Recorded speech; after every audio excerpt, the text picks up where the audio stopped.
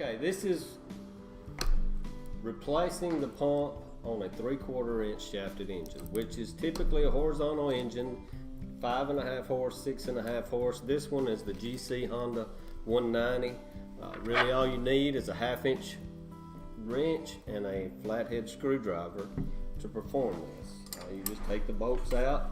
There'll be 4. They're all in the same location on every engine manufactured, regardless of its manufacturer, whether it's a Honda, a Briggs & Stratton, a Kohler, the Chinese engines that everybody's making now, like the Harbor Freight Predator.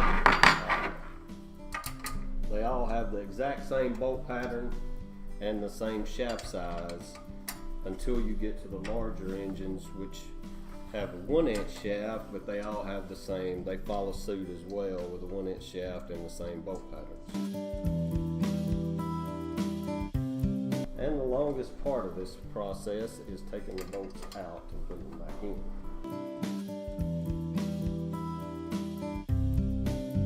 Sometimes you might need to take a Phillips head screwdriver or a little pry bar and stick in between the housing and the pump and pry it back,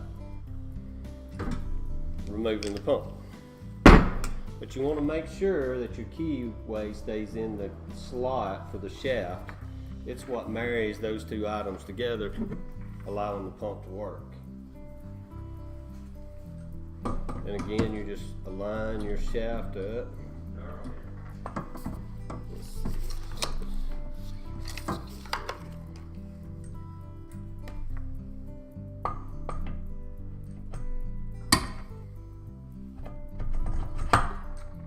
Slide your other pump on and install your bolts.